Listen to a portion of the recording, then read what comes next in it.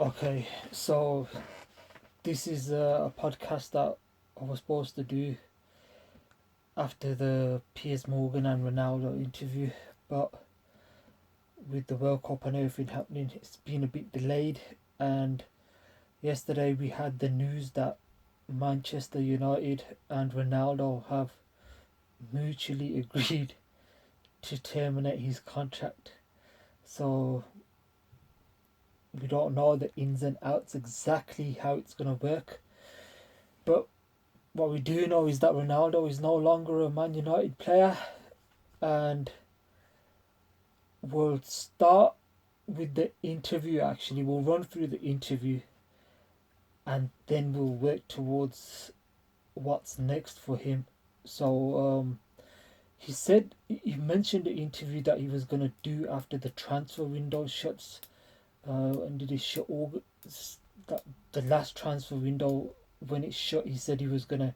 There was lots of fake news and lies reported about him, and that he had a little book that is written all the lies on, and that once the transfer window shut, he'll do an interview or make a statement or whatever and come out. So for me, even then, I think people are saying, why doesn't he just do it now? Why is he gonna wait 2 3 weeks to clarify his position? So it kind of seemed like he was covering both bases. If he was going to stay at Man United, he was going to talk about how loyal he was and how he doesn't want to move and how committed he is to Man United. But then if he did move, also, yeah, that he's going to stay at Man United and that everything that has been said about him has been lies and he hasn't been looking for a move. His agents haven't been talking to other teams.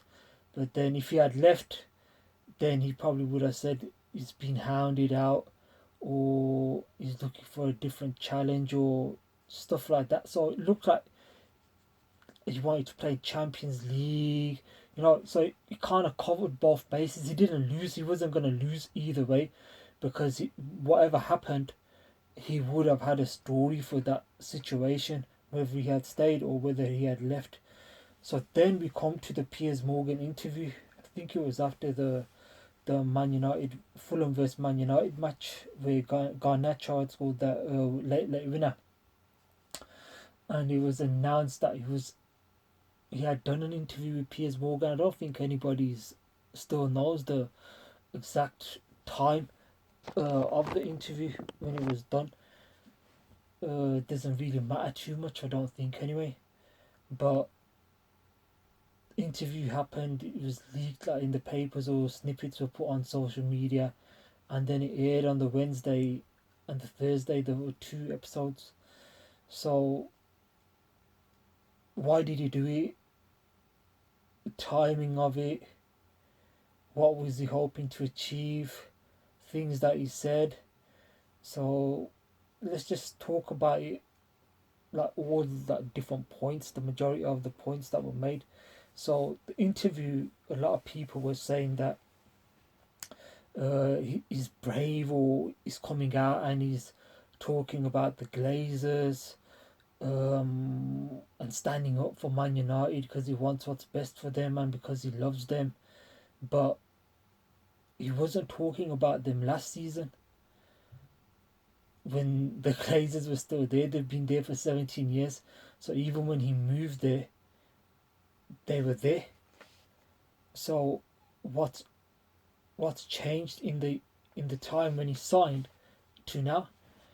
And the only thing that's changed is he's not playing anymore because the manager doesn't fit into the manager's plan. So how brave is it really when you're coming out when all the players, it's the seasons, the halfway seasons finished for the World Cup, so you won't be going back to training, and now you've come out with all these you could say some allegations, and just talking about the situation. What's so brave about that? I think pretty much everybody knows the problems with the Glazers, especially the Man United fans. It's not a revelation to the Man United fans something that they didn't know about the Glazers. I mean, they had the protests about them and they've been trying to get them out for how long? They all know the problems. And if you're a football fan, even if you don't support Man United, you know what the problems are, or that Man United fans don't want the Glazers, they want them out. So it's nothing revolutionary or like it's suddenly brought something to light that nobody knows. It's well known facts, really, or factus, as he would say. So that to me was a, again, he's got nothing to lose, really, and it's almost as if he's come out knowing that what the end game is going to be, what's going to happen. So he knows he's not even going to go back to Man United when the World Cup is over. So what has he got to lose? He's in a no lose situation, really. What other points were there? I think a point on Ragnick. He said that he didn't know who Ralph Ragnick was when he signed. I'm pretty sure most people in football know who he is, and he said that the people he spoke to didn't know who he was as well. I mean, he's not the most famous manager or person in the football, but he is a name that is known as like a football mind. So, how much of it is true and how much is not, we don't know. One of his big problems, he was saying about disrespect from Eric Ten Hag, that he didn't bring him on in that loss to Man City, and I was actually there, and I've got videos as well. I was filming Ronaldo warming up, and that's one of his gripes, that how come he wasn't brought on against Man City, out of what Ten Hag said was respect for Ronaldo and his career, but then he was asked to come on for 2 minutes against Tottenham. So I'm not sure if it's people are not diving deeper, or they're just seeing it as the time, in the sense that, oh, you're just bringing him on for 2 minutes. Whether 10 minutes makes a difference, 15 minutes, but I think the deeper issue is that in one match, Man United were getting a real thrashing, and I don't know the exact times of the scores, but it wasn't a match that Man United were gonna win. So bringing Ronaldo on in that situation, I think the only what what would have happened in that match, would Man United have created more chances for him to score? Was that the problem in that match, that they didn't have a goal scorer, or were Man City just too good for him? So I don't know. The only thing that would have happened for me is negative. You would have got fans who don't like Ronaldo would have said, look, he's been involved in this match where they got beat, and they probably would have used it against him. So in that sense, I can understand what Ten Hag's trying to say, that there's no point putting Ronaldo on to do what? Maybe get some legs, bit more fitness into his legs. Possibly that's it. The Tottenham match is a different scenario. I think Man United were winning 2-0. So that's a scenario where you come on and again you get a bit of fitness into your legs, and there's no pressure on you because the team's winning 2-0. Tottenham might still be trying to get back in the game, so they might leave some space, and then you might have an actual chance to score, which does make you look better. And I'm pretty sure that he had a couple of opportunities um, in late on in a match as well that they were playing. So it's one of them things. What have you got to gain, and what have you got to gain? It's not the exact same situations that, oh, he's asking me to come on in this match, but why didn't he ask me to come on in that match?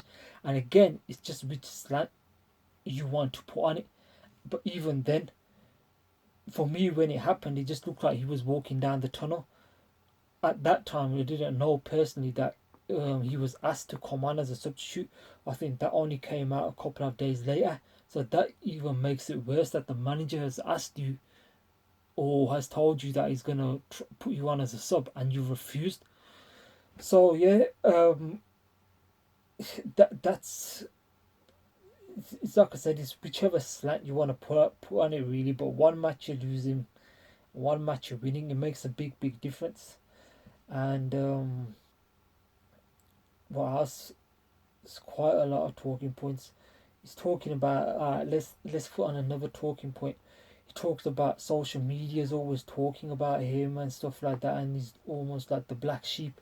But how many times in the interview does he talk about how famous he is or how popular he is on social media? Piers Morgan alludes to Ronaldo is the most followed person on Instagram and whatnot, but that comes with the territory then. If you're so famous and so popular, people are gonna pick on you. They are gonna use your name. That almost comes with the territory. You use the media in the same way to help you when you need to. So you can't take and not give in that sense as well. Loyalty. Loyalty, he said that he was prepared, well, not prepared to go to City, but he was close to going to Man City. So the loyalty to Man United, if you were prepared, if Man United didn't come in for you, then what you're saying is that you would have gone to Man City. So how much loyalty, how much love do you have for Man United in that sense as well? And how much of that is believable as well, again, is questionable, because he says that Pep, this is another thing, I don't know whether it's lost in translation, but he said that Pep Guardiola said a few weeks ago that he wanted him. So I don't know whether that's a few weeks ago from when the interview went out or in the summer. So, like I said, it's a bit timing. We don't know the exact timing. Um, yeah, social media. So for me, he's also talking about Rooney and Neville. So those remarks, does it really need to do them? I mean, that's their job really. I can't remember if Gary Neville was commentating on that match when Ronaldo walks down the tunnel. What is Gary Neville supposed to say about that situation? He's like pundit Monday Night Football, him, Jamie Carragher. It's a big talking point, as I keep saying, and as Ronaldo keeps reminding everyone, and Piers Morgan, he's one of the biggest, most followed person on Instagram. So it is a talking point when somebody who's in the public eye so much does something like that. People are going to talk about you. It's not that they've suddenly picked up a story or made something up. It's something that's happened, and it gets discussed the next day in the papers, the next day on talk shows in football, on Sky Sports, BT, on other football channels in England, across the world as well. So I don't understand what he expects them to say about him. Whether he wants them to say just nothing, just dodge the question, or just say nice things. But that is their job. So them comments, I think he even called them rats at one point as well, Rooney, and so it's unnecessary, and don't know if it shows just the kind of character maybe he is. What else have we got? Yeah, loyalty. So we're gonna talk about the the bigger picture in terms of his character and what may be the real problem. So the problem might be he's 37 years old and he thinks that he's the same player that he was 10 years ago, which isn't the case. And he talks as if that the team should be built around him, or they should see who he is and use him and make him score the goals and make him look good. But I don't think he seems to understand that Man United are a club. Ten Hag is the manager. There are other players at Man United as well who have their own careers, their own desires, their own ambitions in football as well. It can't be just, yeah, let's tell Bruno Fernandes, Sancho and everybody else, Rashford, forget what you're good at. Just let Ronaldo score the goals. Because I think that's what kind of happened last season. And they finished sixth. And people will say he scored all those goals.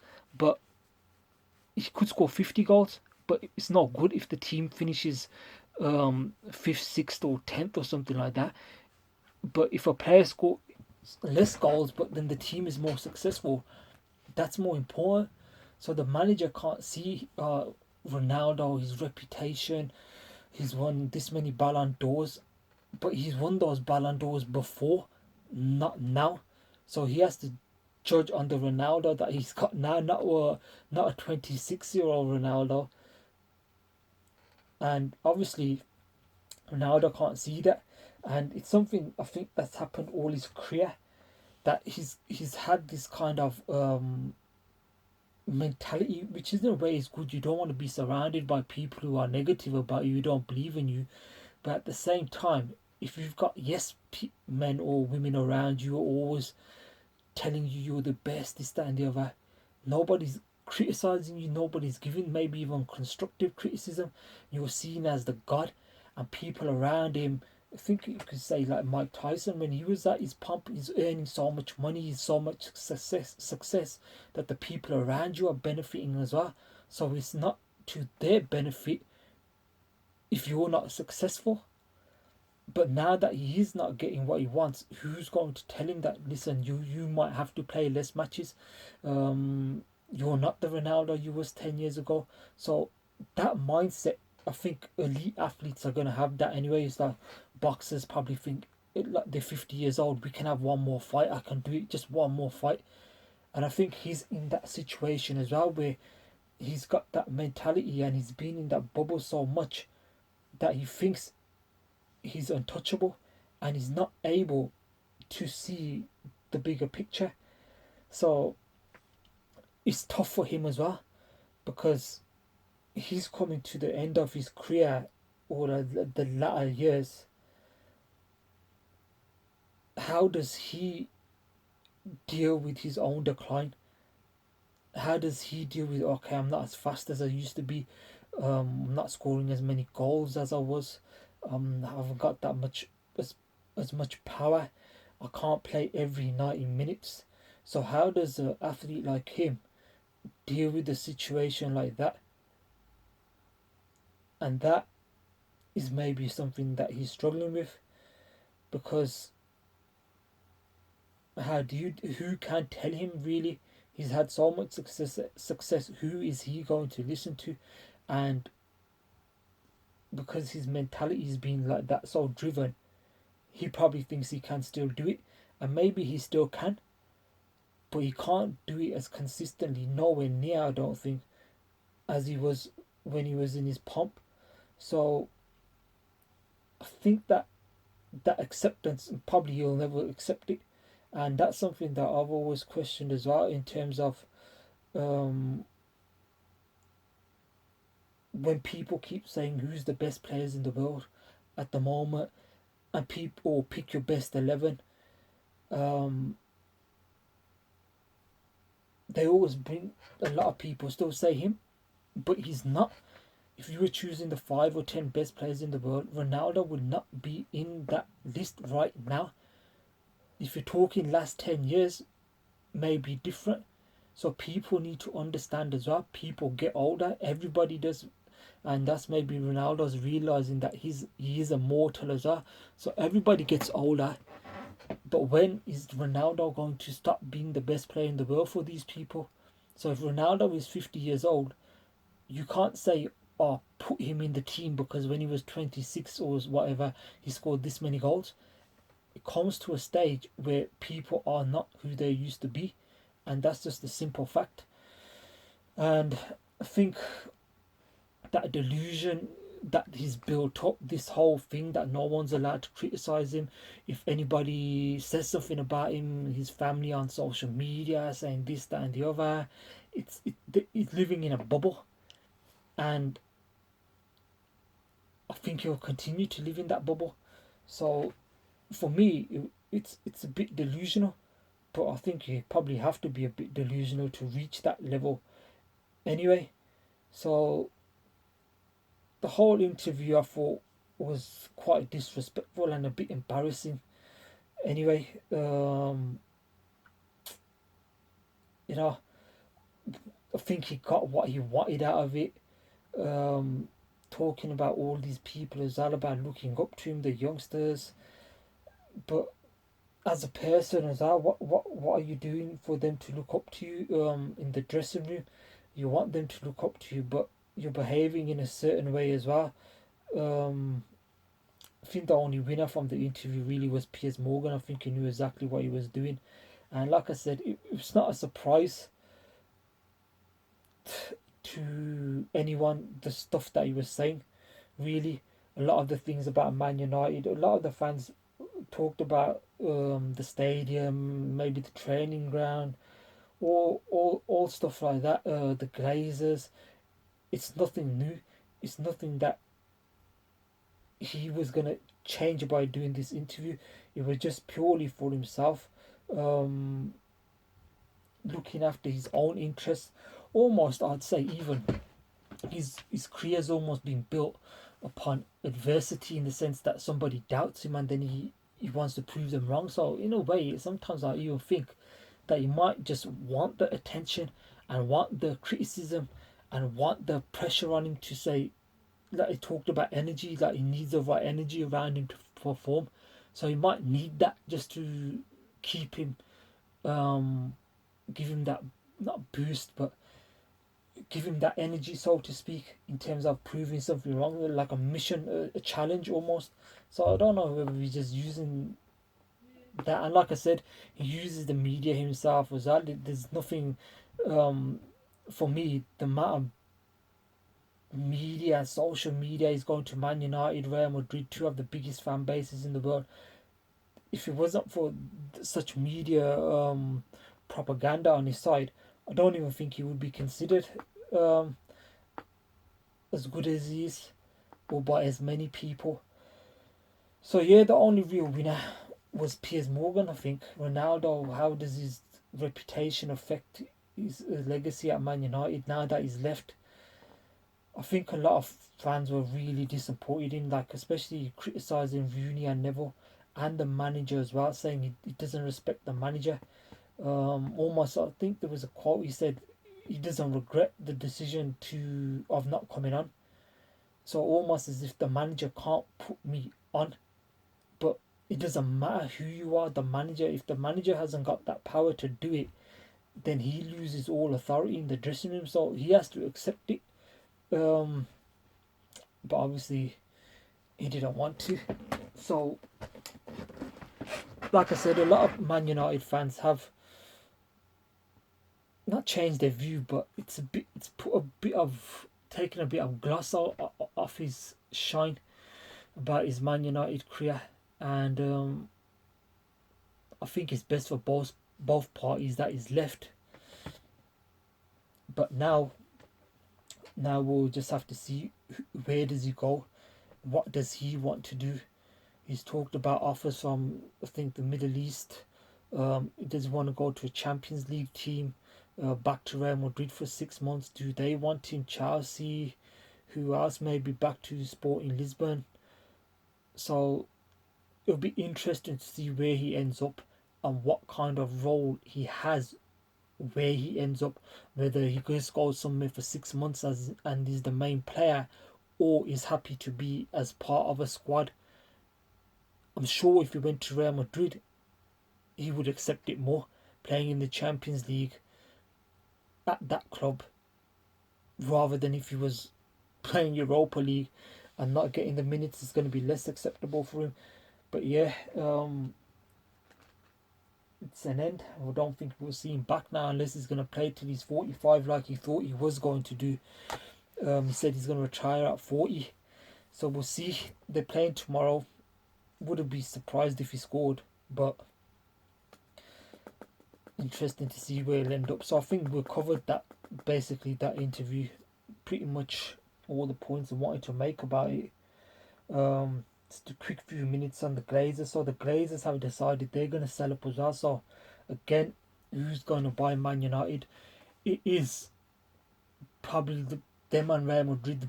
If you were an owner, they were the biggest clubs you could buy in terms of marketing as well. Who knows whether it's going to be Middle Eastern people who buy it or what, whether Man United fans who they want to buy it, how much money they're going to put in, how much of their own money they're going to put in. Man United are they got such a fan base across the world that money they can make money easily. They've spent a lot of money as well, so I think it's just the way they run. And you have these questions about owners, like say Man United. Say there was a Man United fan rich enough to buy Man United, and they weren't successful, but he wasn't using the club's money for his own like gain. He was putting money into the club, but say they were finishing fifth, sixth, but they were playing good football. Would fans accept that? So it's just the way you look at football, really, because now um, Pep Guardiola signed a new contract today as well. So only one team can win the league. How many teams can compete for it? I know they always say the Premier League 4 or 5 teams are competing, but it's never really that many teams competing. So it goes in cycles, like they say. So it'll be interesting to see what happens with Man United and Liverpool as well. In that respect, two massive clubs up for sale. Maybe similar people were looking at buying Liverpool who might now be interested in Man United. So yeah, um, we'll end it on that note. And tonight, be back after the matches. The last match is going to be Belgium vs Canada, which should be starting very soon. So after that, another podcast will be uploaded, or probably maybe these two will be uploaded at the same time. So yeah, enjoy that match and see you soon.